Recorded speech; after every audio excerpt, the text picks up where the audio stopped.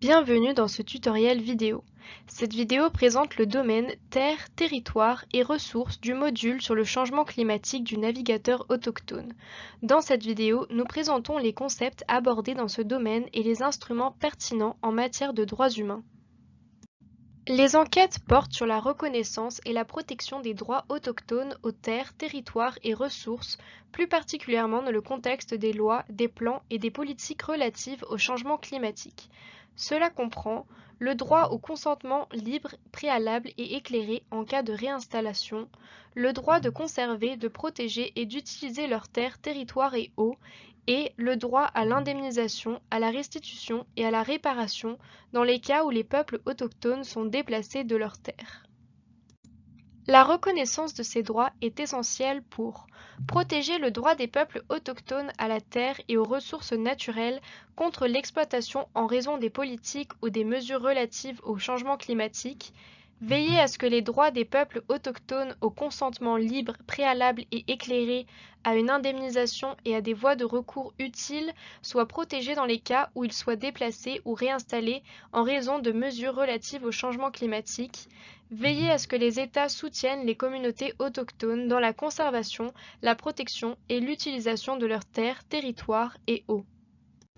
La première catégorie porte sur la reconnaissance, la protection et l'octroi des droits inhérents aux terres, aux territoires et aux ressources naturelles des peuples autochtones. Les droits connexes sont reconnus en droit international dans les articles 25 à 28 de la DNUDPA et dans la Convention numéro 169 de l'OIT. Dans les projets d'atténuation du changement climatique, d'adaptation et de réduction des risques de catastrophes, les terres jouent un rôle important, ce qui entraîne une concurrence pour l'accès aux terres et leur utilisation. Les terres, les territoires et les ressources autochtones sont souvent menacés par des crédits carbone ou des projets de conservation. Pour cette raison, la reconnaissance et la protection des droits des peuples autochtones à leurs terres, territoires et ressources naturelles sont encore plus essentielles dans le contexte du changement climatique. L'article 26 de la Déclaration des Nations Unies sur les droits des peuples autochtones, DNUDPA, fait référence aux droits des peuples autochtones de posséder, d'utiliser, de mettre en valeur et de contrôler les terres, territoires et ressources qu'ils possèdent actuellement. Cependant, l'article 25 de la Déclaration des Nations Unies sur les droits des peuples autochtones a une portée plus large et stipule que les peuples autochtones ont le droit de conserver et de renforcer leurs liens spirituels particuliers avec les terres, territoires, eaux et zones maritimes côtières et autres ressources qu'ils possèdent ou occupent et utilisent traditionnellement, et d'assumer leurs responsabilités en la matière à l'égard des générations futures. Les peuples autochtones ont donc le droit de maintenir leurs relations spirituelles sur les territoires et les ressources qui ne sont plus en leur possession, mais qui possédaient ou occupaient par le passé.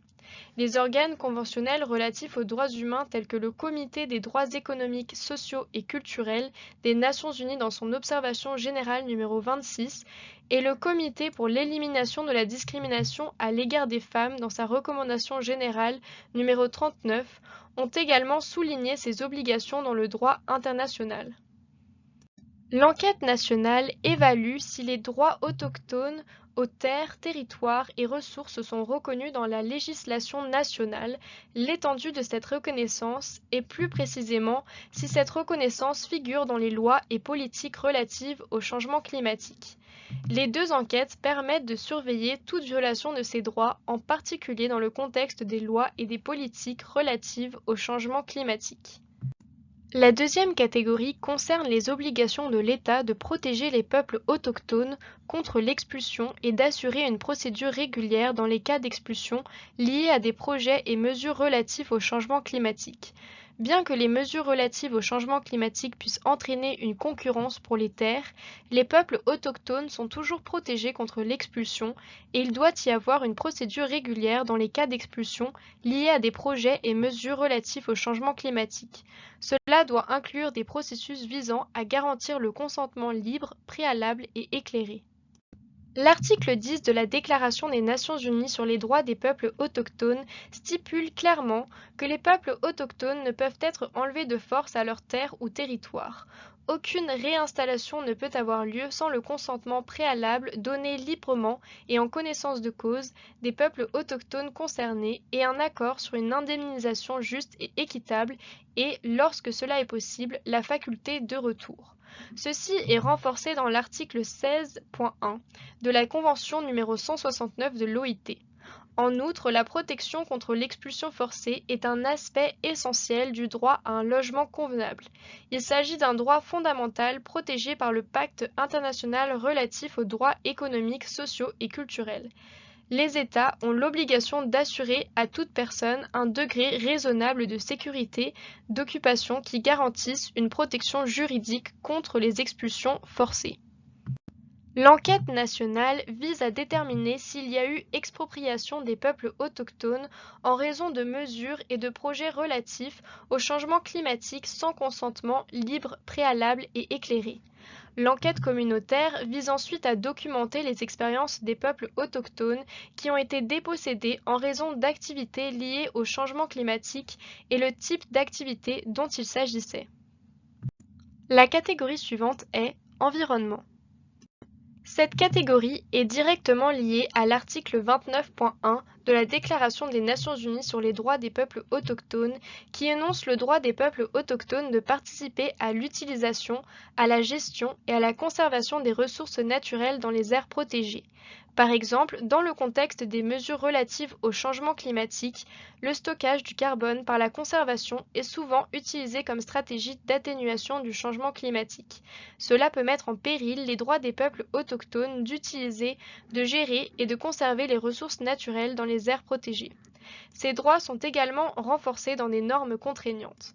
L'article 15.1 de la Convention numéro 169 de l'OIT, par exemple, énonce le droit des peuples autochtones de participer à l'utilisation, à la gestion et à la conservation des ressources. Les enquêtes permettent de déterminer si ce droit est reconnu dans la législation et s'il existe des mécanismes tels que des programmes d'assistance pour soutenir la réalisation de ce droit.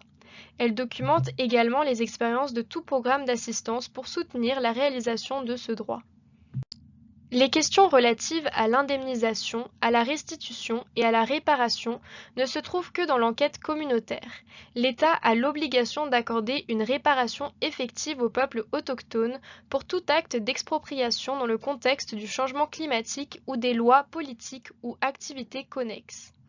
L'article 8 de la Déclaration des Nations unies sur les droits des peuples autochtones appelle les États à accorder une réparation effective à tout acte ayant pour but ou pour effet de les déposséder de leurs terres, territoires ou ressources.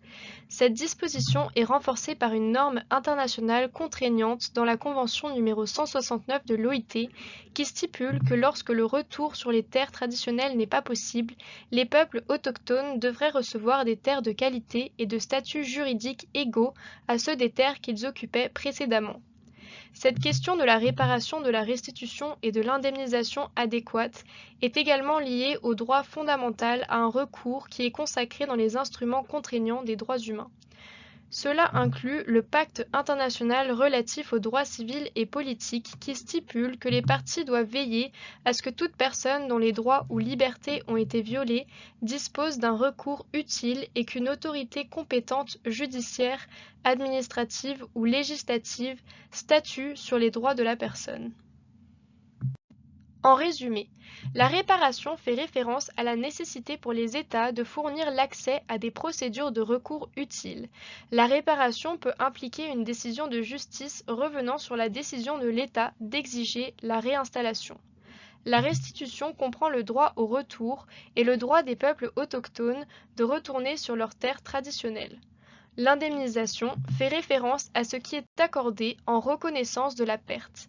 Les normes stipulent qu'il doit s'agir de terres de qualité et de statuts juridiques égaux ou supérieurs.